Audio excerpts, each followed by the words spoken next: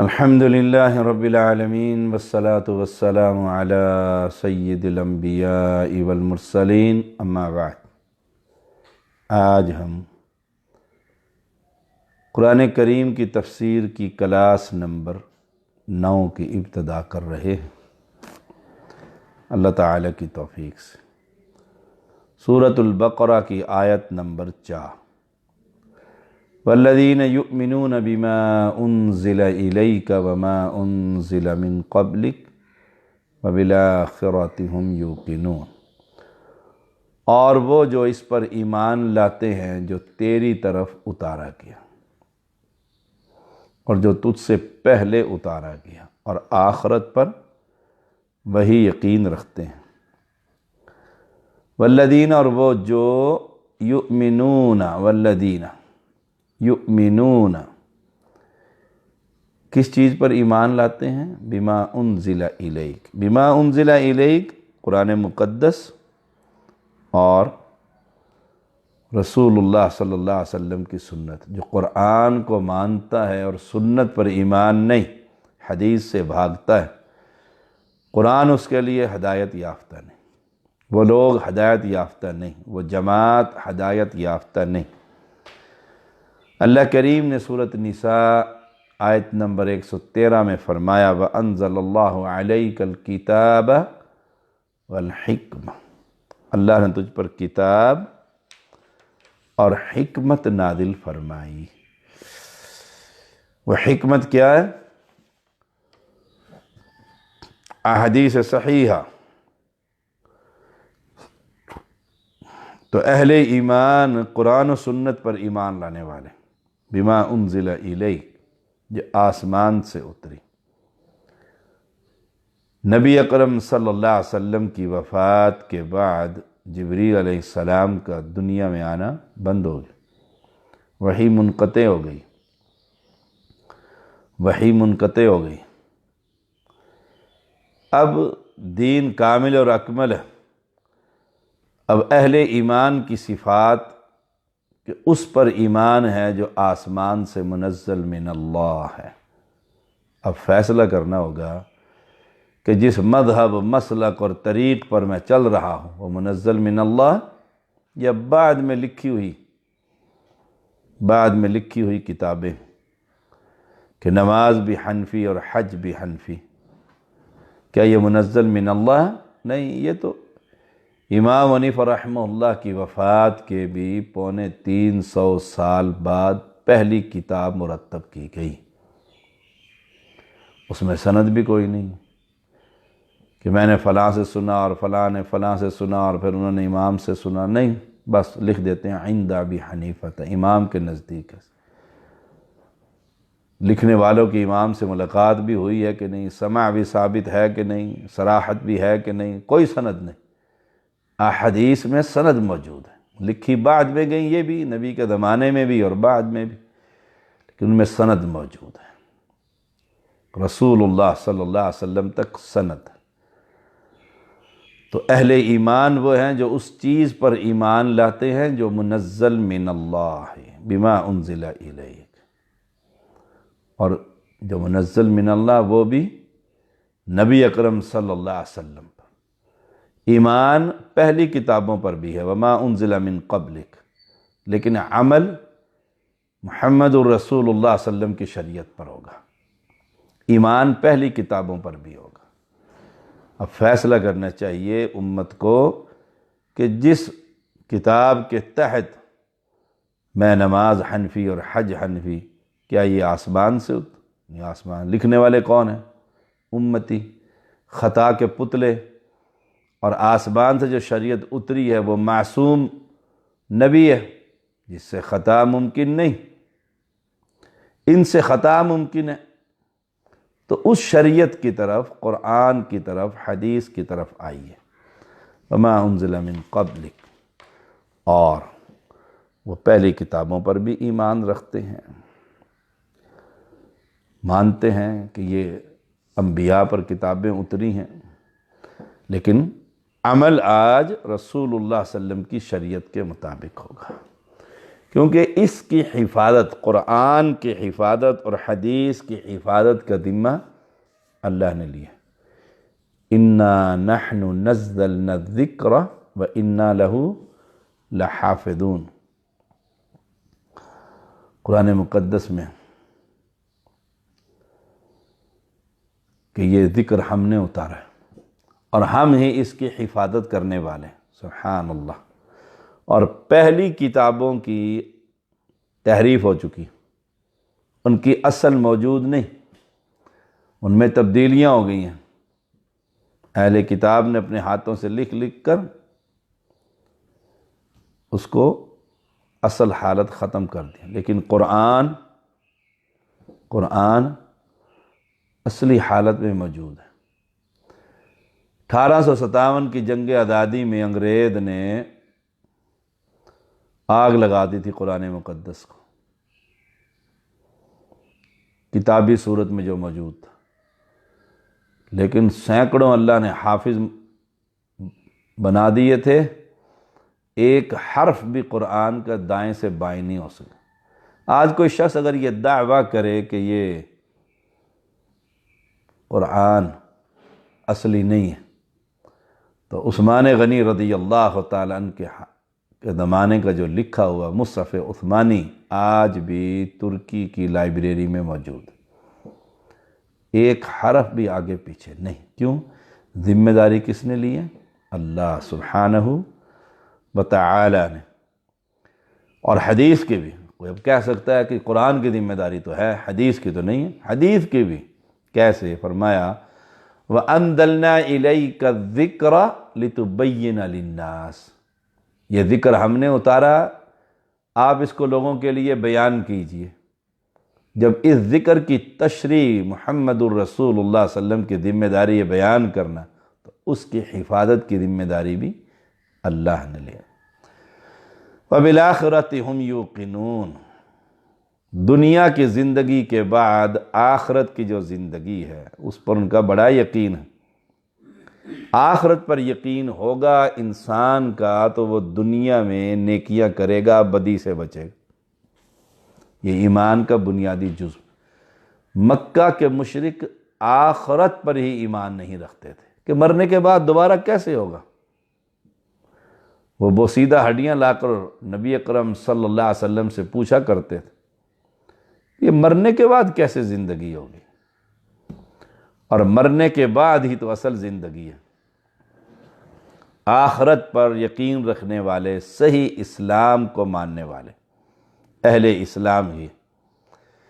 دوسرے لوگوں کے عقائد میں خرابیاں، یہود و نصارہ کہتے ہیں ہم جنت میں جائیں گے، اگر دوزخ میں گئے بھی صحیح تو چند دن کے لیے جائیں گے۔ ہندوؤں کا عقیدہ ہے کہ مرنے کے بعد اگر اچھے لوگ ہیں ہم تو اچھی دوبارہ جنم ہو جائے گا اچھی چیز میں، ورنہ چوہا اور بلی کتے کے اندر۔ سبحان اللہ۔ اور مسلمان آخرت پر یقین رکھتا ہے۔ وہ ایک بڑھیا کی گائیں ایک مسلمانوں کے قافلے نے کھا لی تھی، تو خلیفہ یا گورنر بادشاہ جو اس علاقے کا تھا وہ وہاں سے گزرنے لگا تو بڑھیا نے ہاتھ دیا، روک گیا۔ اس نے کہا اس پل پر حساب دینا ہے یا پل صراط پر حساب دینا ہے؟ فوراً ہی بادشاہ نیچے اتر آیا۔ اس نے کہا اماں پل صراط پر کون حساب دے سکتا ہے، اس پل پر حساب دوں گا۔ کہا میری گائیں ایسے ایسے تمہاری جو آئے وہ جنگلی گائیں سمجھ کر کھا گئے ہیں، جب تک بڑھیا کو گائیں نہ دلوا دی آگے نہ نکلا۔ کیوں؟ آخرت پر یقین ہے۔ وَبِالْآخِرَةِ هُمْ يُوقِنُونَ۔ عمر بن خطاب رضی اللہ تعالی عنہ، ایک عورت نے شکایت کر دی تو آپ جب تک اس کی شکایت کا ازالہ نہ کر سکے کھڑے رہے وہیں، اور اسے لکھوا لیا، گواہ بنا لیے۔ اس نے کہہ دیا تھا میں آخرت میں پوچھوں گی۔ اللہ اکبر۔ وَبِالْآخِرَةِ هُمْ يُوقِنُونَ۔ غریب آدمی کسی کو پیسے مانگنے چلا جائے کہ میرے پیسے واپس کرو، وہ کہتے ہیں نہیں دیتا ہوں، پھر یہ تنگ آ کر کہتا ہے آخرت میں لے لوں گا۔ وہ کہتا ہے جو جیب میں ہے وہ بھی دے جا، آخرت میں لے لینا۔ گویا اس کا آخرت پر یقین نہیں۔ اور اہل ایمان وبالآخرۃ ہم یوقنون، ڈرتے ہی رہتے ہیں، خوف ہی کھاتے رہتے ہیں کہ آخرت جو دنیا کی زندگی کے بعد ابدی زندگی، اصل زندگی ہے، اس پر ان کا بڑا یقین ہوتا ہے۔ اولئک علی ھدی من ربہم، یہ لوگ اپنے رب کی طرف سے بڑی ہدایت پر ہیں، جن میں یہ صفات جو 4 آیات کے اندر بیان کی گئی، یہ ہدایت یافتہ جماعت۔ وَأُولَئِكَ هُمُ الْمُفْلِحُونَ، اور یہی لوگ پورے کامیاب ہیں۔ وہ کون کون سی صفات ہیں؟ اس قرآن مجید میں متقیوں کے لیے ہدایت، نمبر 1 متقی، نمبر 2 ایمان بالغیب، نمبر 3 نماز قائم کرنے والے، نمبر 4 اللہ کے راستے میں خرچ کرنے والے، نمبر 5 کتاب و سنت پر ان کا ایمان ہے، نمبر 6 پہلے انبیاء کی کتابوں پر ایمان، اور نمبر 7 آخرت پر یقین۔ یہ 7 صفات جس جماعت پہ ہیں، جن لوگوں میں ہیں، یہ اپنے رب کی طرف سے ہدایت یافتہ ہیں، اور جن میں یہ صفات نہیں وہ ہدایت یافتہ نہیں۔ جب یہ ہدایت یافتہ جماعت ہے تو اولئک هم المفلحون، کامیاب بھی یہی لوگ ہیں، کیونکہ کامیابی ہدایت یافتہ لوگوں کے لیے، کامیابی هم المفلحون، متقی لوگ جو رب کی طرف سے سیدھے راستے پر قائم ہیں، اور وہی مکمل کامیابی سے سرفراز ہوں گے، وہی لوگ ایمان اور عمل صالح کرنے والوں کے ساتھ اللہ کا وعدہ ہے۔ سورۃ یونس آیت نمبر 9، ان الذین آمنوا وعملوا الصالحات یہدیہم ربہم بایمانہم تجری من تحتہم الانہار فی جنات النعیم، یقیناً جو لوگ ایمان لائے اور انہوں نے نیک کام کیے، عمل الصالحات، ان کا رب ان کو ان کے ایمان کے سبب ان کے مقصد تک پہنچا دے گا۔ ایمان کے سبب بھی ایمانہم، ان کا ایمان بڑا مضبوط تھا۔ دوسرا معنی یہ کیا گیا کہ دنیا میں ایمان کے سبب قیامت والے دن اللہ تعالیٰ ان کے لیے پل صراط سے گزرنا آسان فرما دے گا۔ اللہم اجعلنا منہم، اللہ ان میں سے ہمیں ان میں کر دے۔ اور بعد کے نزدیک یہ استعانت کے لیے، اور معنی یہ ہوں گے اللہ تعالیٰ قیامت کے دن ان کے لیے ایک نور مہیا فرمائے گا جس کی روشنی میں وہ لوگ چلیں گے۔ تو اولئک ہم المفلحون، یہی لوگ فلاح پانے والے، یہی لوگ جنتی ہیں۔ ان الذین کفروا سواء علیہم اانذرتہم ام لم تنذرہم لا یؤمنون، بے شک جن لوگوں نے کفر کیا ان پر برابر ہے، خواہ تو انہیں ڈرایا ہو یا انہیں نہ ڈرایا ہو، کیا خواہ تو نے انہیں ڈرایا ہو یا نہ ڈرایا ہو، لا یؤمنون، ایمان نہیں لائیں گے جن لوگوں نے کفر کیا۔ اس سے مراد سارے کفار نہیں ہو سکتے، کیونکہ بے شمار کفار دعوت کے نتیجے میں مسلمان ہوئے، ایمان لائے، اور لا رہے ہیں، آج بھی لا رہے ہیں، آج تک اور قیامت تک لاتے رہیں گے۔ اس لیے یہاں مراد وہ لوگ ہیں جو پچھلی آیات میں ان صفات کا انکار کر رہے ہیں، یا بعض کا انکار کر دیتے ہیں اور بعض پر ایمان لے آتے ہیں، اور ہٹ دھرمی کی اس حد تک پہنچ جاتے ہیں کہ اگر یہ حق بھی ہو تو ہم اسے نہیں مانیں گے، حق بھی ہو تو ہم اسے نہیں مانیں گے۔ ایسے کفار بھی، ایسے کفار بھی، سبحان اللہ۔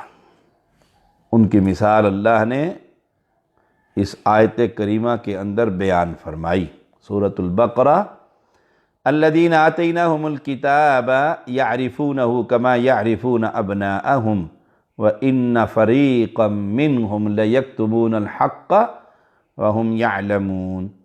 جنہیں ہم نے کتاب دی وہ تو اسے ایسا پہچانتے ہیں، یعنی محمد صلی اللہ علیہ وسلم کو، جیسے کوئی اپنے بچوں کو پہچانے۔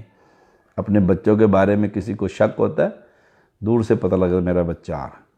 ان کی ایک جماعت حق کو پہچان کر پھر چھپاتی ہے۔ اہل کتاب کے ایک فریق کو حق کے چھپانے میں مجرم قرار دیا گیا، کیونکہ ان میں ایک فریق عبداللہ بن سلام جیسے لوگوں کا بھی تھا رضی اللہ تعالی عنہ، جو مسلمان ہو گئے تھے۔ سبحان اللہ۔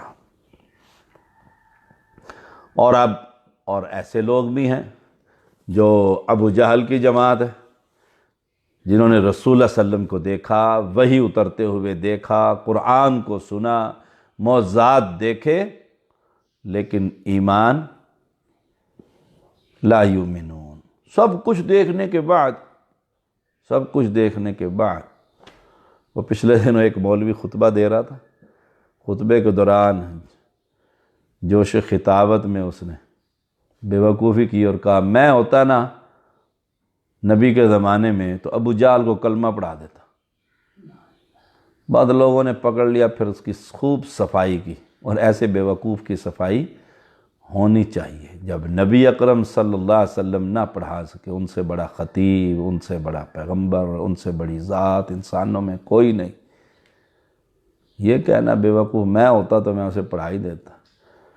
ابو جہل نے یہ سب کچھ اپنی آنکھوں سے دیکھا، پھر کیا کہا؟ وَإِذْ قَالُوا اللَّهُمَّ إِنْ كَانَ هَذَا هُوَ الْحَقُّ مِنْ عِنْدِكَ، اور جب کہ ان لوگوں نے کہا اللہ اگر یہ قرآن حق آپ کی طرف سے واقعی حق ہے، تو یہ نہیں کہا کہ اللہ ہمارے سینے کھول دے، کہا فَأَمْطِرْ عَلَيْنَا حِجَارَةً مِّنَ السَّمَاءِ أَوْ ائْتِنَا بِعَذَابٍ أَلِيمٍ، تو ہم پر آسمان سے پتھر برسا یا ہم پر کوئی دردناک عذاب واقع کر دے۔ کہنا کیا چاہیے؟ کہ اللہ اگر یہ حق ہے تو سینہ کھول دے، سینہ کھول دیں، ہم بھی مسلمان ہو جائیں۔ انہوں نے کہا نہیں، وَإِذْ قَالُوا اللَّهُمَّ إِنْ كَانَ هَذَا هُوَ الْحَقُّ مِنْ عِنْدِكَ، تیری طرف سے اگر یہ قرآن سچا ہے نا تو فَأَمْطِرْ عَلَيْنَا حِجَارَةً مِّنَ، پتھروں کی بارش کر دے ہم پر۔ اور پھر ایسے ہی ہوا، بدر میں سارے قتل کر دیا اللہ نے، جو بڑے بڑے ان کے بدماش اور کافر تھے۔ جب کوئی یہ طے کر لے کہ میں نے ایمان نہیں لانا، میں نے ماننا ہی نہیں ہے کہ کوا کالا ہوتا ہے، وہ کہتے میں نے ماننا ہی نہیں، کوا تو سفید ہوتا ہے، وہ کہے کوا کالا، تو اس نے کہا نہیں میں مانتا کوا سفید ہوتا ہے، تو ایمان کیسے نصیب ہوگا؟ سوئے ہوئے کو جگایا جا سکتا ہے، مدہوش بے ہوش کو نہیں جگایا جا سکتا۔ جو بے ہوش ہے، دھت پڑا ہوا ہے، اس کا یہ معنی نہیں ہے کہ ڈرانا بالکل فضول ہے، نہیں، بلکہ اللہ کا پیغام ہر شخص تک پہنچانا ہماری ذمہ داری ہے۔ ہم نہیں جانتے کون ایمان لانے والا ہے اور کس کی قسمت میں ایمان نہیں۔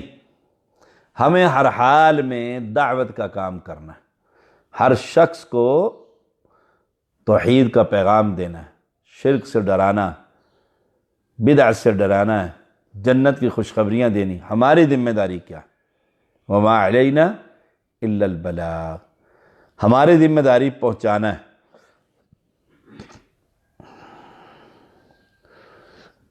اور اگر ہم نے نہ پہنچایا تو ہم سے سوال کیا جائے گا کہ تم نے یہ دعوت کا کام کیوں نہیں کیا، کیوں نہیں اپنے بھائی کو اسلام کی دعوت دی؟ نوح علیہ السلام نے 950 سال تک اسلام کی دعوت دی۔ اس لیے فرمایا ڈرانا ہے نہ ڈرانا ان پر برابر ہے، یہ نہیں فرمایا آپ پر برابر ہے۔ اَأَنذَرْتَهُمْ أَمْ لَمْ تُنذِرْ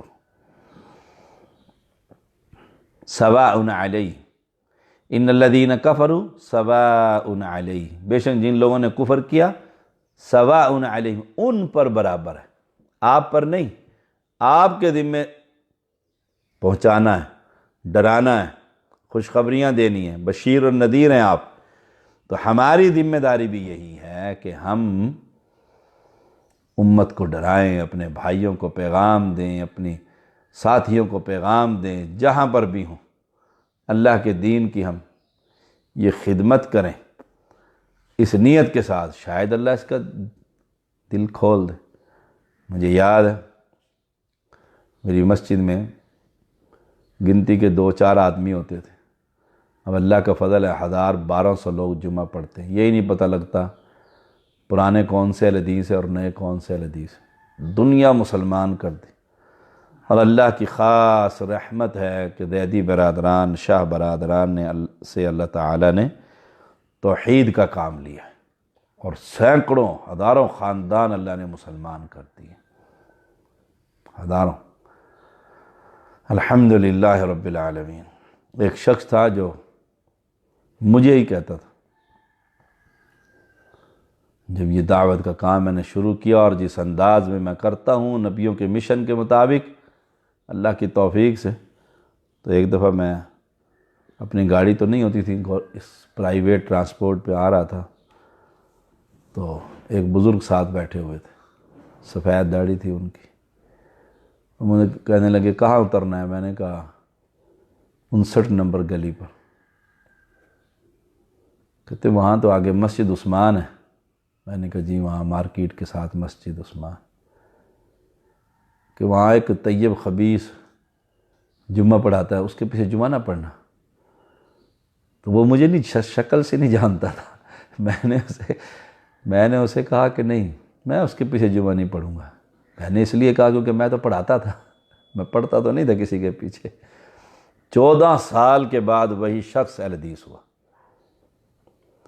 پھر وہ آہستہ آہستہ ہماری مسجد میں آنے لگ گیا، اور آنے کے بعد کوئی نہ کوئی شرارت کوئی نہ کوئی کرتا رہتا تھا، آہستہ آہستہ آہستہ سنتا رہا 14 سال مجھے دعوت کا کام ہوئے تھے۔ ایک دن دیکھا میں نے سنت کے مطابق نماز ادا کر رہا تھا، اللہ نے اس کے سینے کو کھول دیا۔ تو ہمیں ڈراتے رہنا چاہیے، اور کئی مرتبہ ایسا بھی ہوا ہے پہلا خطبہ ہی سنا اور لوگ مسلمان ہو گئے۔ اس طرح کے درجنوں واقعات ہیں میری زندگی کے، اور درجنوں واقعات ہیں ہمارے بھائیوں کے۔ اللہ کریم ہم سے یہ محنت قبول فرما لے، اور جو یہ صفات ہیں مالک کریم نے بیان کی ہیں اہل ایمان کی اور ہدایت یافتہ جماعت کی اور فلاح پانے والی جماعت کی اور پورے کامیاب ہونے والی جماعت کی، اللہ ان صفات کو اگر ہمارے اندر موجود ہیں تو اس پر استقامت عطا فرما، اور اگر کہیں کمی بیشی ہے تو اللہ وہ دور فرما۔ وآخر دعوانا ان الحمد للہ رب العالمین۔